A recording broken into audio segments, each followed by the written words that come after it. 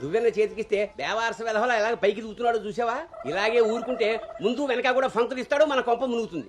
శుభ్రంగా నూనె రాసి సైడ్ పాపిడి ఈ వెధవకి. ఆయన జుట్టెలా దూకుంటే ఏంటండి? దువ్వే జుట్టు కట్టే బట్టను బట్టి ఎలా ఎదిగి ఏడుస్తాడో తెలుస్తుంది. ఆయన ఊళ్ళో వాళ్ళ పిల్లలందరూ మన లడ్డు లాగానే పెరుగుతున్నారా ఏంటి? ఊళ్ళో వాళ్ళ గొడవ మనకెందుకు? మన లడ్డు చిచి చండాలమైన నీ పిలుపు నాకొచ్చింది ఏమిటే? అయినా లడ్డు బూందీ అని పిలుపు ఏమిటే? వీడేమన్నా శనగ పిండితోటి సున్ని పిండితోటి చేయబడ్డా? మన కష్టార్జితం ఘోరించవులే. ఇగో లక్షణంగా పైకి వస్తాడని గౌతముడు నా మహానుభావుడు పేరు పెట్టేసాం వీడికి. ఇవన్నీ బానే చెప్తారు.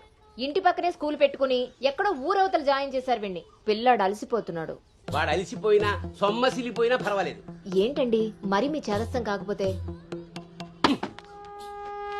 చాదస్తం కాదే, ఇప్పుడు వీడిని వేసింది బాయ్స్ స్కూల్, కానీ పక్కనే ఉన్నది కో ఎడ్యుకేషన్. అక్కడ నిక్కర్లు సొక్కాలే కాదు, గౌన్లు కూడా ఉంటాయి.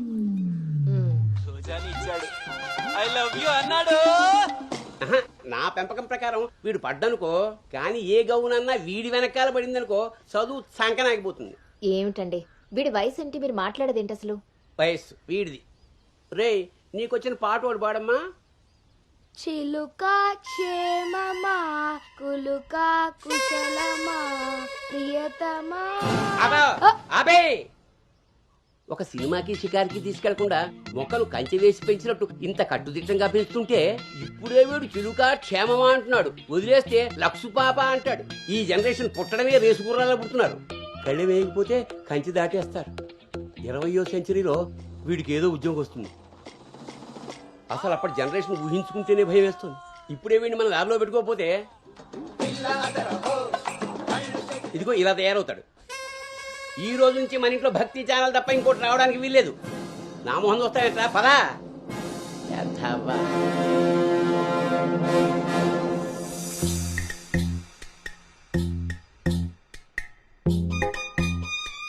ఏమ్మా టిఫిన్ చేసావా తల్లి? టిఫిన్లు భోజనాలు అలా ఉంచండి. ముందు అసలు దీనికి ఎన్ని మార్కులు వచ్చాయి అడిగారా? ఏమే మ్యాథ్స్ లో నీకు ఎన్ని మార్కులు వచ్చాయి? 82 మార్క్స్ అమ్మా.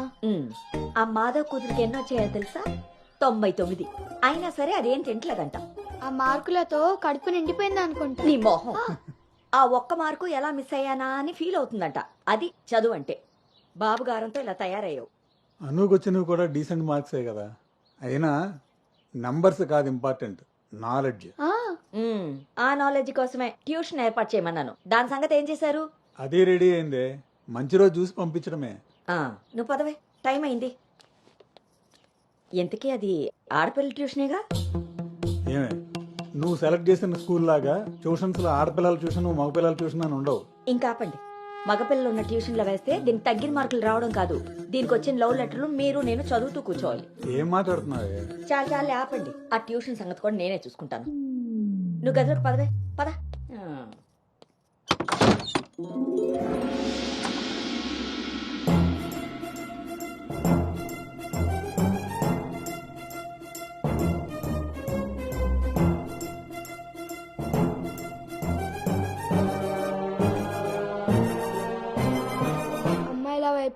అమ్మాయిల వైపు కన్నెత్తి చూడను. అబ్బాయిలతో పన్నెత్తి మాట్లాడను. వాళ్ళు తల తిప్పి మాట్లాడించిన నేను తల దించుకొని వెళ్ళిపోతాను. నాన్న చెప్పిన మాట జవదాటను. అమ్మకిచ్చిన మాటని మర్చిపోను.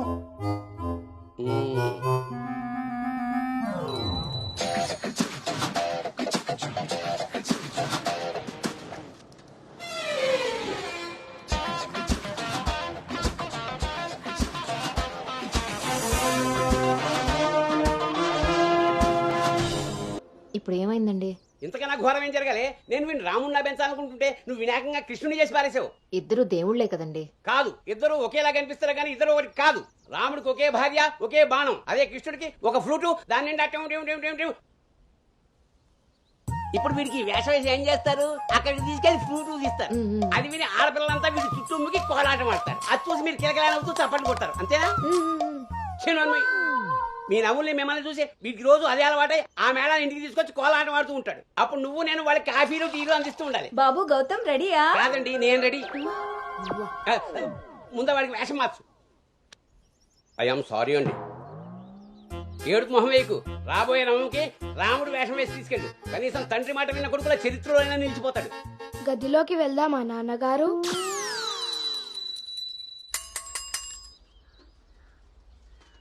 ఏ తీరుగా నన్ను అది రే ఇవాళ సుత్తి అదిరిపోయింది రే అన్నమ్మా వేగరా రేయ్ ఎంత ధైర్యం ఉంటే ఆడపిల్ల కూర్చునే రిక్షాల్లో మగపిల్లని ఎక్కిస్తావరా? ఆ నా కొడుకమ్మా వెళ్తా దారిలో మా బామ్మర్ది ఇంటికాడ వదిలేద్దామని ఎక్కించుకున్నానమ్మా. ఎంత కొడుకైతే మాత్రం ఆడపిల్ల పక్కన కూర్చోబెడతావరా? చిన్న పిల్లలకి ఆడా మగ ఏంటమ్మా? నీ తెలివితేటలు నా దగ్గర వాడుకో. అవునమ్మా అవి ఉన్న వాళ్ళ దగ్గరే వాడాలి. రేయ్ రాల్నోడా, నీ పళ్ళు రాలుకొడతాను. అసలు నువ్వు పోరా, నీ రిక్షా అవుతే ఏమవుద్దు. ఈ టైంలో వీడితో గొడవ అంటే అసలే దీని పరీక్ష టైం అవుతుంటే. దీని పరీక్ష పోయినా పర్వాలేదండి, ఈ యదాల రిక్షా మాత్రం ఎక్కించరు. రేపు పెళ్ళైనా మగాళ్ళతో చేస్తారా లేకపోతే నీ కాళ్ళు ఎరకొడతాను రాయ్, పోరా ఇక్కడి నుంచి. సర్లేండి ఈ నెల జీతం ఇస్తారు. చాలా మంది చూసాను ఇలాంటి ఓరిని నీ నోరు పడా. అమ్మా ఏంటి అలా చూస్తారు? టైం అయింది, దీన్ని వెళ్ళి దింపరండి. రేపు నుంచి ఇంకో రిక్షా మాట్లాడండి.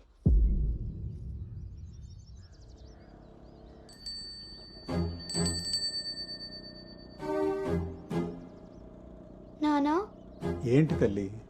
రేపటి నుంచి నాకు రిక్షాలో ఫ్రెండ్స్ కూడా లేరు కదా.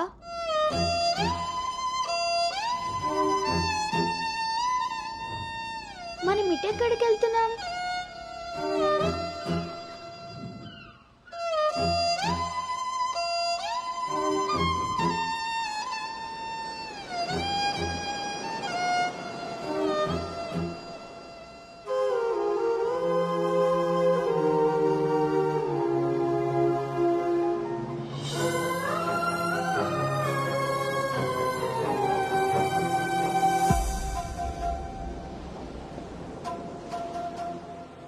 ఈ రోజు నుండి తనే నీ బెస్ట్ ఫ్రెండ్.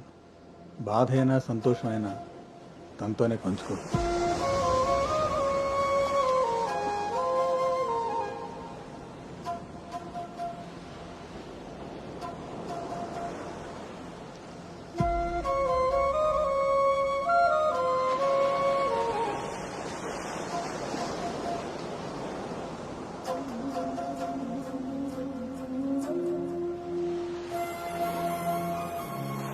బాధ నీతో చెప్తే నాకు రిలీఫ్ ఎలా అవుతుంది?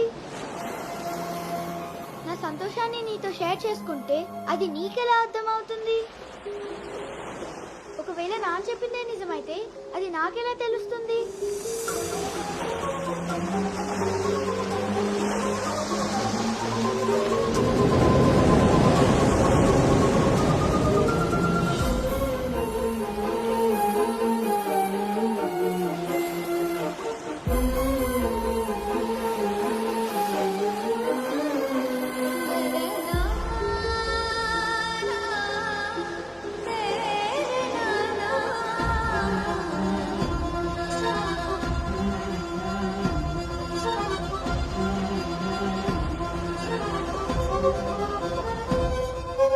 నీకు విషయం చెప్పనా?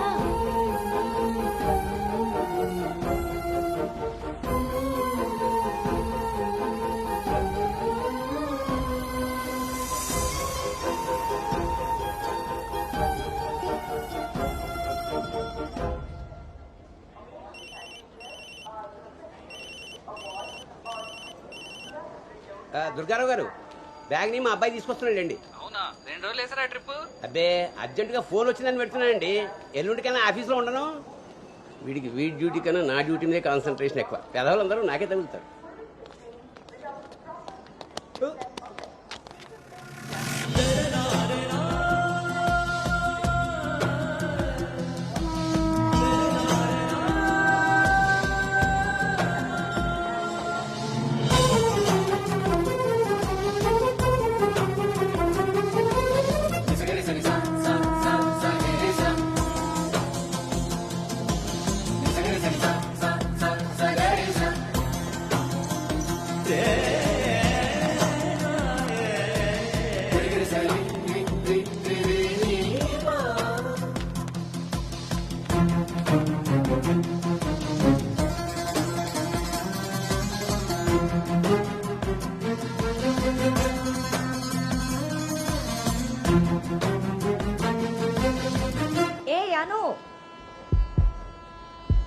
సంచి పాడేసి బడితిలా అక్కడి నుంచి నేను చూస్తున్నావు?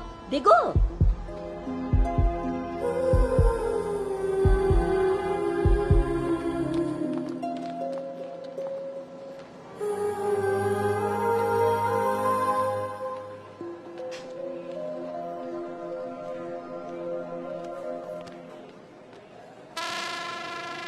ఏం చేస్తున్నారు ఇక్కడ? పాస్ వస్తుందా? నాన్న, పద, ట్రైన్లో బస్సుకుంది కానీ. పర్లేదు నాన్నగారు, నేను వెళ్తాను. పాస్ వచ్చుకు వస్తుంటే సైకిల్ దొరుకుతావురా? పదా పద. నువ్వు ఇక్కడ కూర్చోవే. ఒరే, నీ సీట్ నెంబర్ ఎంత? 52 అండి. నువ్వు వెళ్ళి 69లో కూర్చో. వెళ్ళు. పోసుకొచ్చేరా వెళ్ళు. రే గౌతమ్, నానింట్లో లేడు కదా అని చెప్పి క్రికెట్ అని ఫ్రెండ్స్ అని వెధవ తిరుగుళ్ళు తిరిగావో. అలాగే నాన్న.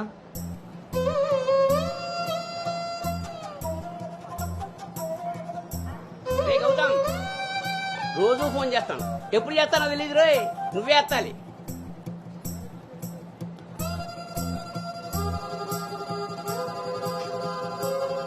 రేయ్, నేను ఇక్కడ మాట్లాడతాను, నువ్వు అక్కడ చూస్తావేంటి?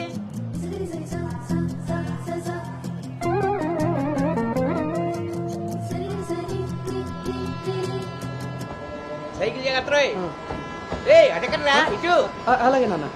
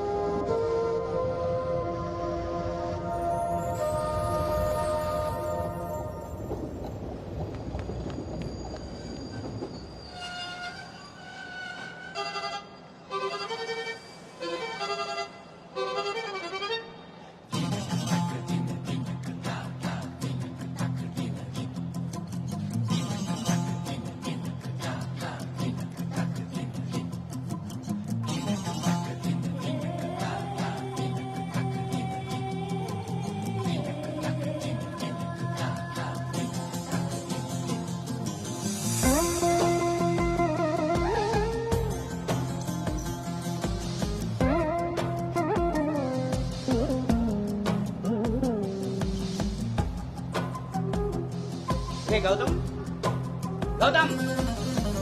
నాన్నయ్, అవును, ఇంతకీ ఆ చేతిలో సంచి ఏమిట్రా?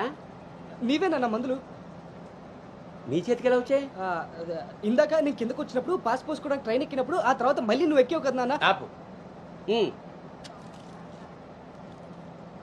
అవునరే, నువ్వెక్కడికి ఎలా వచ్చావురా? మన సైకిల్ తొక్కుంటున్నా. ఆ?